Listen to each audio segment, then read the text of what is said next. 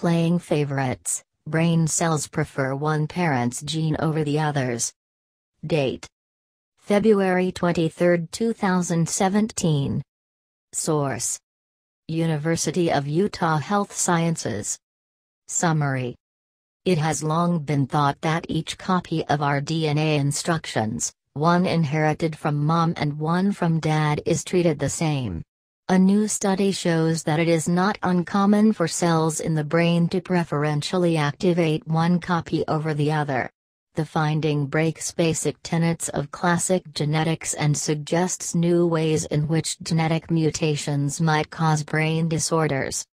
Most kids say they love their mom and dad equally, but there are times when even the best prefers one parent over the other.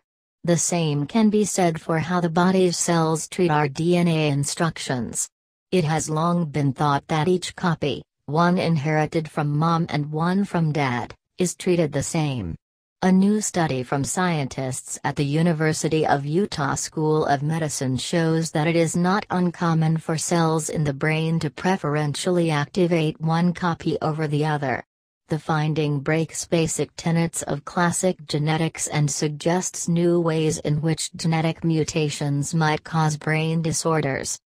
In at least one region of the newborn mouse brain, the new research shows, inequality seems to be the norm. About 85% of genes in the dorsal raphe nucleus, known for secreting the mood-controlling chemical serotonin, differentially activate their maternal and paternal gene copies. 10 days later in the juvenile brain, the landscape shifts, with both copies being activated equally for all but 10% of genes. More than an oddity of the brain, the disparity also takes place at other sites in the body, including liver and muscle. It also occurs in humans. We usually think of traits in terms of a whole person, or animal. We're finding that when we look at the level of cells, genetics is much more complicated than we thought, says Christopher Gregg, Ph.D., Assistant Professor of Neurobiology and Anatomy and senior author of the study, which publishes online in Neuron on February 23. This new picture may help us understand brain disorders, he continues. Among genes regulated in this unorthodox way are risk factors for mental illness. In humans, a gene called DEF1, implicated in autism and intellectual disability, shows preferential expression of one gene copy in multiple regions of the brain.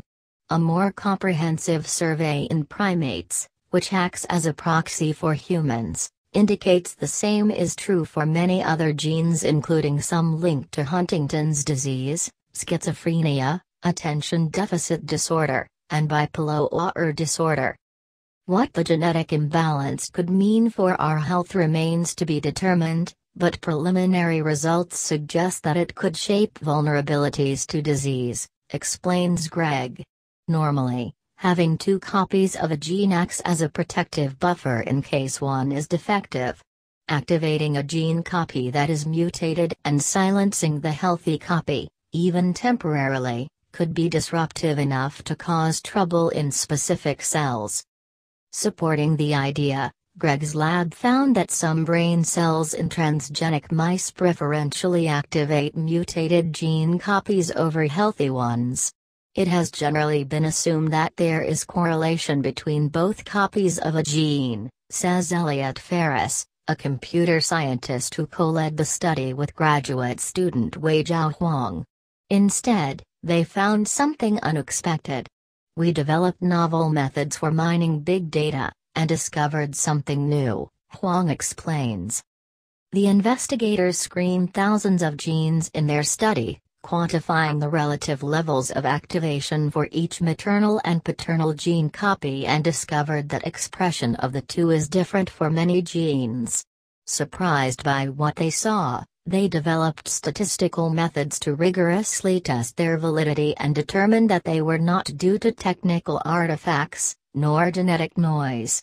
Following up on their findings, they examined a subset of genes more closely, directly visualized imbalances between gene copies at the cellular level in the mouse and human brain.